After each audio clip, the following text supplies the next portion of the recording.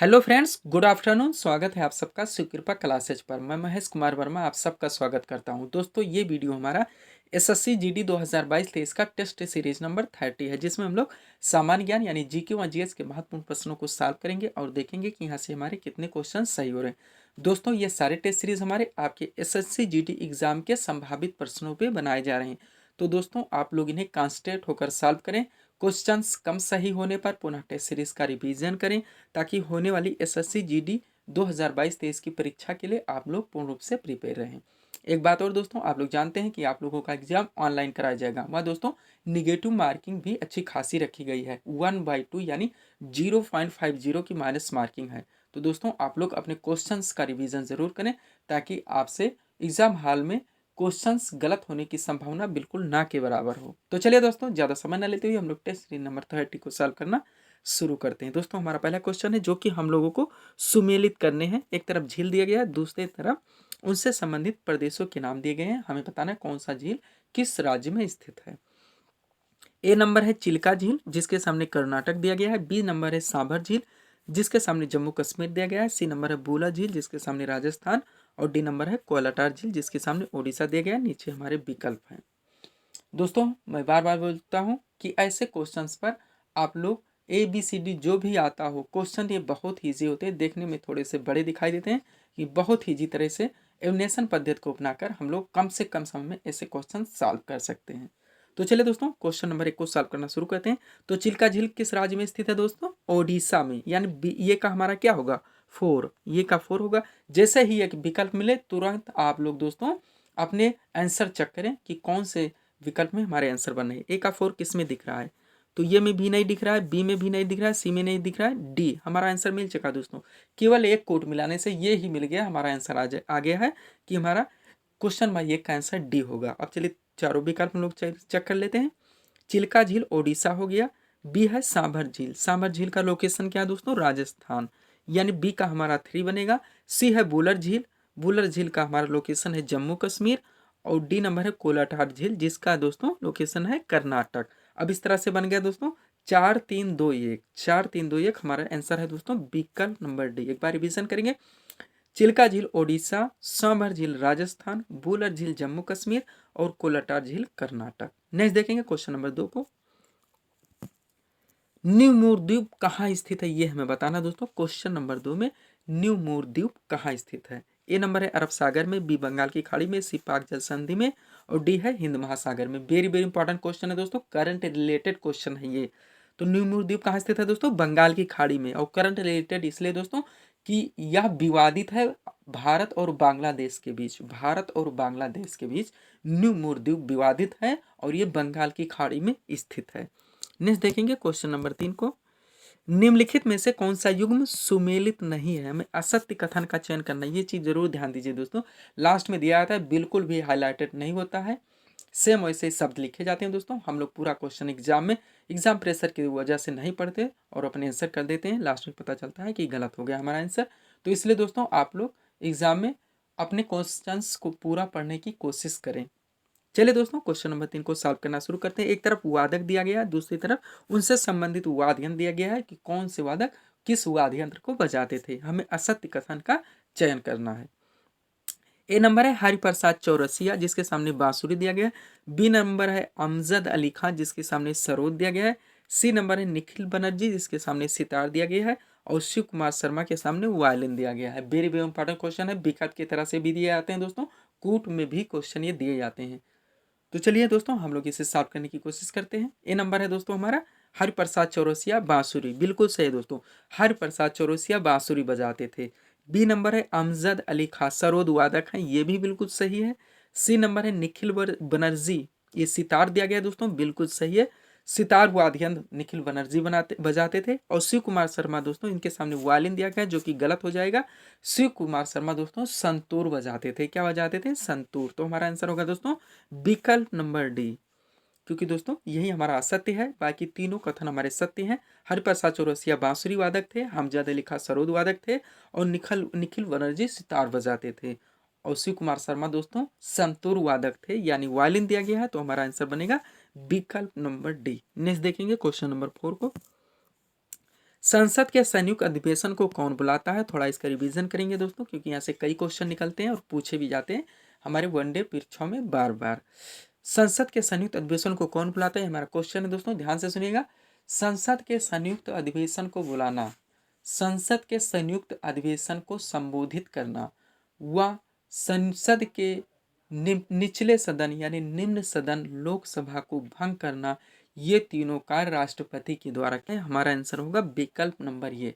फिर से सुनिएगा दोस्तों, संसद के संयुक्त अधिवेशन को बुलाना जो कि हमारा क्वेश्चन है, वह संसद के संयुक्त अधिवेशन को संबोधित करना, वह संसद के निचले सदन यानी निम्न सदन लोकसभा को भंग करना, ये तीनों कार्य राष्ट्रपति के द्वारा किए जाते हैं। वह दोस्तों जो संसद के संयुक्त अधिवेशन की अगर अध्यक्षता पूछी जाए तो वो लोकसभा अध्यक्ष के द्वारा किया जाता है। केवल अध्यक्षता लोकसभा अध्यक्ष के द्वारा किया जाता है, बाकी संसद के संयुक्त अधिवेशन को बुलाना, संबोधित करना व संसद के निचले सदन लोकसभा को भंग करना, ये तीनों कार्य राष्ट्रपति के द्वारा किए जाते हैं। नेक्स्ट देखेंगे 5 नंबर क्वेश्चन। उम्मीद करते हैं दोस्तों ये सारे क्वेश्चन आप लोगों को क्लियर हो गए होंगे। ये इंपॉर्टेंट क्वेश्चन यहाँ से बनता है दोस्तों, कई सारे क्वेश्चंस बनते हैं। क्वेश्चन है बिहू किस राज्य का प्रमुख लोक नृत्य है? ए तमिलनाडु, बी बिहार, सी असम और डी है उत्तराखंड। तो हमारा आंसर क्या होगा दोस्तों? असम, यानी विकल्प नंबर सी, बिहू असम का है। थोड़ा और यहाँ से दोस्तों हम लोग रिवीजन करेंगे। कथकली, मोहिनीअट्टम और ओणम ये तीनों केरल के हैं। भरतनाट्यम तमिलनाडु का है। यक्षगान कर्नाटक का है। कुचिपुड़ी आंध्र प्रदेश का है। गिद्धा और भांगड़ा पंजाब का है। उसके बाद गरबा गुजरात का है। अगर विकल्प में गरबा नहीं है तो हम लोग आंसर महाराष्ट्र करेंगे। उसके बाद कथक उत्तर प्रदेश का है। इतना ध्यान रखेंगे दोस्तों तो आपके क्वेश्चन यहाँ से कहीं अलग से नहीं पूछे जाएंगे। नेक्स्ट देखेंगे 6 नंबर क्वेश्चन। लक्ष्य क्या है ये हमें बताना है। 6 नंबर क्वेश्चन में ए नंबर है 2 सीटों वाला लड़ाकू विमान, बी है भारत का पहला पायलट रहित विमान, सी नंबर है मल्टी बैरल रॉकेट लॉन्चर और डी नंबर है नानावदेश यानी उपरोक्त में से कोई नहीं। तो हमारा सही आंसर क्या होगा दोस्तों? लक्ष्य क्या है? भारत का पहला पायलट रहित विमान, यानी विकल्प नंबर बी यहाँ पे हमारा सही आंसर होगा, भारत का पहला पायलट रहित विमान। नेक्स्ट देखेंगे 7 नंबर क्वेश्चन। हंटर आयोग की नियुक्ति की गई थी, ये पूछा जा रहा है 7 नंबर क्वेश्चन में। हंटर आयोग की नियुक्ति की गई थी क्यों? ए नंबर है जलियांवाला बाग हत्याकांड के बाद, बी है 1857 ईस्वी की विद्रोह के बाद, सी नंबर है बंगाल विभाजन के बाद और डी नंबर है उपरोक्त में से कोई नहीं। तो हमारा आंसर क्या होगा दोस्तों? हंटर आयोग की नियुक्ति की गई थी ईस्ट इंडिया कंपनी यानी अंग्रेजों के द्वारा जलियांवाला बाग हत्याकांड की जांच करने के लिए, यानी हमारा आंसर होगा विकल्प नंबर ये। नेक्स्ट देखेंगे 8 नंबर क्वेश्चन। निम्न में कौन सा युग्म सुमेलित नहीं है? यही यहाँ भी दोस्तों हम लोगों को असत्य कथन का चयन करना है। इनमें से कौन सा सुमेलित नहीं है? ए नंबर है यूनेस्को जिसके सामने पेरिस दिया गया है। बी नंबर है विश्व बैंक जिसके सामने वाशिंगटन डीसी दिया गया है। सी नंबर है अंतर्राष्ट्रीय मुद्रा कोष जिसके सामने न्यूयॉर्क दिया गया है और डी नंबर है अंतर्राष्ट्रीय दूरसंचार संघ जिसके सामने जेनेवा दिया गया है। असत्य कथन का हम लोगों को चयन करना है। चलिए दोस्तों क्वेश्चंस को सॉल्व करने की कोशिश करते हैं हम लोग। सबसे पहले दोस्तों यूनेस्को का पूरा नाम भी पूछा जाता है। यूनेस्को यानी UNESCO, United Nations Educational Scientific and Cultural Organization, संयुक्त राष्ट्र शैक्षिक वैज्ञानिक एवं सांस्कृतिक संगठन, जिसका मुख्यालय फ्रांस की राजधानी पेरिस में है, यानी विकल्प नंबर ये हमारा सही है। बी देखते हैं विश्व बैंक यानी वर्ल्ड बैंक, इसका मुख्यालय वाशिंगटन डीसी में है यानी वाशिंगटन डिस्ट्रिक्ट ऑफ कोलंबिया, ये भी बिल्कुल सही हो जाएगा। सी है अंतर्राष्ट्रीय मुद्रा कोष जिसके सामने दोस्तों न्यूयॉर्क दिया गया है, गलत हो जाएगा। अंतर्राष्ट्रीय मुद्रा कोष यानी IMF इंटरनेशनल मॉनेटरी फंड, इसका भी दोस्तों मुख्यालय वाशिंगटन डीसी में भी है। तो हमारा आंसर बनेगा दोस्तों विकल्प नंबर सी, क्योंकि हमें असत्य कथन का चयन करना था। डी नंबर है अंतर्राष्ट्रीय दूरसंचार संघ जो कि जेनेवा दिया गया है, स्विट्जरलैंड का एक शहर है दोस्तों, मुख्य शहर कह सकते हैं। तो दोस्तों ये जेनेवा बिल्कुल सही हो जाएगा। इसके अलावा यहाँ से और भी मुख्यालय है जेनेवा में, हम लोग वहाँ से भी पढ़ेंगे। WTO वर्ल्ड ट्रेड ऑर्गेनाइजेशन विश्व व्यापार संगठन, ILO इंटरनेशनल लेबर ऑर्गेनाइजेशन यानी विश्व अंतर्राष्ट्रीय श्रम संगठन और यह है WHO वर्ल्ड हेल्थ ऑर्गेनाइजेशन विश्व स्वास्थ्य संगठन, इन सभी के कार्यालय दोस्तों स्विट्जरलैंड के शहर जेनेवा में है। ध्यान दीजिएगा दोस्तों, बार बार पूछे जाते हैं। यहाँ पे हमारा आंसर क्या है दोस्तों, विकल्प नंबर सी। अंतर्राष्ट्रीय मुद्रा कोष का मुख्यालय न्यूयॉर्क में नहीं है, ये भी वाशिंगटन डीसी में ही है। नेक्स्ट देखेंगे 9 नंबर क्वेश्चन, भारतीय नागरिकता का अंत किस प्रकार किया जा सकता है। क्वेश्चन नंबर 9 है हमारा। ए है नागरिकता का परित्याग करने से, बी है सरकार द्वारा नागरिकता छीनने से, सी है अन्य देश की नागरिकता ग्रहण करने से, और डी है उपरोक्त सभी प्रकार से। तो हमारा आंसर होगा दोस्तों भारतीय नागरिकता का अंत दोस्तों इन सभी तरीकों से खत्म किया जा सकता है। नागरिकता का परित्याग करने से भी, सरकार द्वारा नागरिकता छीन लेने से भी, व अन्य देश की नागरिकता ग्रहण करने से स्वयं दोस्तों उसके प्रथम देश की नागरिकता समाप्त हो जाती है। तो हमारा आंसर आएगा दोस्तों विकल्प नंबर डी, उपरोक्त सभी प्रकार से दोस्तों भारतीय नागरिकता का अंत किया जा सकता है। नेक्स्ट देखेंगे 10 नंबर क्वेश्चन, INS सिंधु रक्षक है, ये बताना दोस्तों हम लोगों को क्वेश्चन नंबर 10 में। INS सिंधु रक्षक है। ए नंबर है भारत की पहली पनडुब्बी, बी है भारत की पहली मिसाइल विभेदी पनडुब्बी, सी है भारत का जलयान संग्रहालय, और डी नंबर है उपरोक्त सभी यानी ऑल ऑफ दिस। तो हमारा आंसर होगा दोस्तों यहाँ पे INS सिंधु रक्षक है भारत की पहली मिसाइल विभेदी पनडुब्बी, भारत की पहली मिसाइल विभेदी पनडुब्बी यानी विकल्प नंबर बी यहाँ पे हमारा सही आंसर होगा। सब्सक्राइब करें दोस्तों आप हमारे चैनल सुकृपा क्लासेस को इसी तरह के वीडियोस के लिए। 11 नंबर क्वेश्चन सॉल्व करेंगे हम लोग।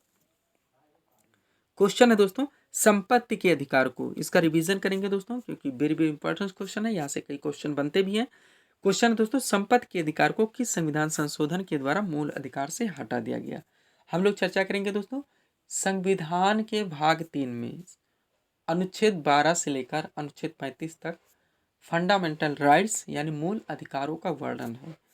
मूल संविधान में 7 मौलिक अधिकार थे, आप ऐसा कह सकते हैं दोस्तों। उसके बाद 44वें संविधान संशोधन के द्वारा संपत्ति के अधिकार को मूल अधिकार से हटाकर एक विधिक अधिकार यानी एक कानूनी अधिकार बना दिया गया। तो हमारा आंसर बनेगा दोस्तों विकल्प नंबर सी, 44वें संविधान संशोधन के द्वारा।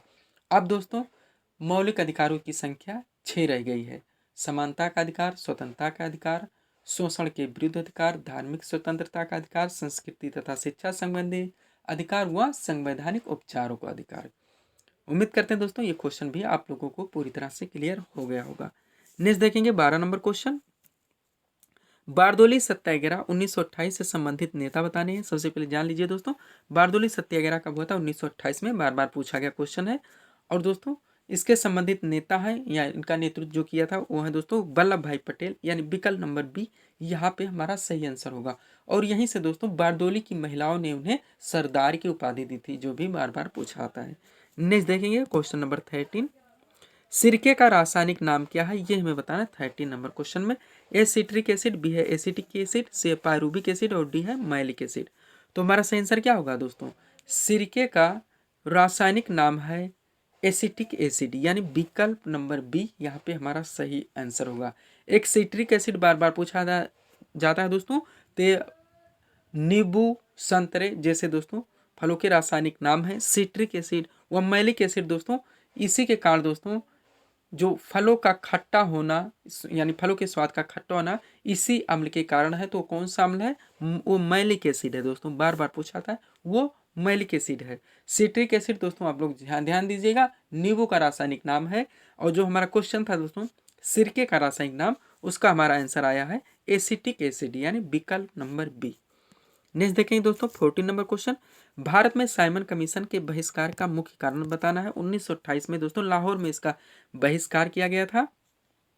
तो इसका आंसर आएगा दोस्तों ये नंबर है समय से पूर्व कमीशन का गठन, बी है सभी सदस्य अंग्रेज थे, सी है अध्यक्ष ब्रिटिश लिबरल पार्टी का था, और डी नंबर है गांधी जी का सविनय अवज्ञा आंदोलन। तो हमारा सही आंसर होगा दोस्तों भारत में साइमन कमीशन के बहिष्कार का जो मुख्य कारण था क्योंकि इसमें सभी सदस्य अंग्रेज थे। साइमन कमीशन यानी ये जो आयोग भारत में आया था इसमें दोस्तों सभी सदस्य अंग्रेज थे, इसी कारण इसका बहिष्कार किया गया था, गो बैक टू कमीशन बोला गया था। और इसी बहिष्कार में दोस्तों लाला लाजपत राय को लाहौर में प्रदर्शन करते हुए इसके विरोध में उनको लाठियां पड़ी थी, जिसके कारण उन्हें गंभीर चोटें भी आई थी और बाद में उनकी मृत्यु हो गई थी। नेक्स्ट देखेंगे 15 नंबर क्वेश्चन, निम्नलिखित में से कौन सा युग्म सुमेलित नहीं है यानी असत्य कथन का इसमें भी चयन करना है। ए नंबर है MS स्वामीनाथन जिसके सामने कृषि अनुसंधान दिया गया है, बी नंबर है डॉक्टर बिकुरियन जिसके सामने दुग्ध विकास दिया गया है। सी नंबर है होमी भाभा, यानी भाभा परमाणु अनुसंधान केंद्र, आप लोग पढ़े भी होंगे, तो इसके सामने परमाणु ऊर्जा दिया गया है। उसी नंबर कस्तूरी रंगन जिसके सामने आर्थिक सुधार दिया गया है। तो हमारा सही आंसर क्या होगा दोस्तों? एम एस स्वामीनाथन कृषि अनुसंधान, बिल्कुल सही है। आप लोग कृषि क्रांति भी पढ़े होंगे दोस्तों, भारत में कृषि क्रांति के जनक एम एस स्वामीनाथन है, विश्व में दोस्तों वोरलाग जी हैं, पढ़े होंगे। डॉक्टर बी कुरियन दुग्ध विकास से संबंधित है, बी भी सही हो जाएगा। होमी भाभा दोस्तों परमाणु अनुसंधान केंद्र से जुड़ी हुई है, होमी भाभा परमाणु अनुसंधान केंद्र हम लोग बार बार पढ़ते चले गए। बाकी बचा दोस्तों विकल्प नंबर डी कस्तूरी रंगन, तो ये आर्थिक सुधार से नहीं संबंधित है। यह है दोस्तों भारतीय अंतरिक्ष अनुसंधान संगठन से संबंधित है, अंतरिक्ष अनुसंधान संगठन से संबंधित है। कौन? कस्तूरी रंगन। तो हमारा आंसर बनेगा दोस्तों विकल्प नंबर डी, क्योंकि हम लोगों को असत्य कथन का चयन करना था। तो इस तरह से दोस्तों हम लोगों ने 15 महत्वपूर्ण जीके और जीएस के प्रश्नों को सॉल्व किए हैं। उम्मीद है दोस्तों आप सभी लोगों ने सॉल्व किया होगा और देखे होंगे कि यहाँ से हमारे कितने क्वेश्चन सही हो रहे हैं। दोस्तों अगर आपको हमारा वीडियो पसंद आए तो हमारे चैनल सुकृपा क्लासेस से जुड़े वह चैनल को सब्सक्राइब करें, ताकि हमारे द्वारा दिए जाने वाले सभी वीडियोस आप क्रम से सबसे पहले देख सकें। तो मिलते हैं दोस्तों अपने अगले टेस्ट सीरीज के साथ। Thanks for watching.